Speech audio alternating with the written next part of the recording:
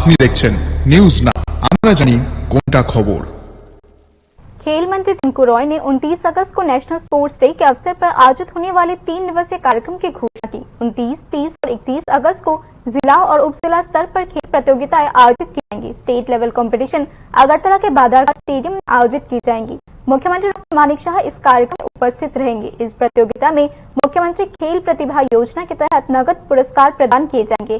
खेल मंत्री टिंकू रॉय ने गुरुवार को एक संवाददाता सम्मेलन में ओलंपिक्स में गोल्ड मेडल जीतने पर 3 करोड़ रुपए का नगद पुरस्कार देने के राज्य सरकार के फैसले की भी घोषणा की।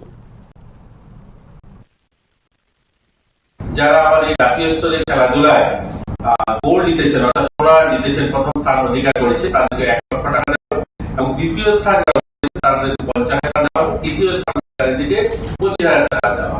দলগতভাবেও যারা অংশগ্রহণ করেছেন চ্যাম্পিয়ন দলের প্রতি সদস্যকে 50,000 টাকা দেওয়া হবে এবং দ্বিতীয় স্থান অধিকারী যারা দলগতভাবে অনুষ্ঠানে ভাগ নিয়েছেন তাদেরকে 25,000 টাকা দেওয়া হবে। তৃতীয় স্থান যারা অধিকার করেছেন দলগতভাবে তাদেরকেও 12,500 টাকা করে দেওয়া হবে।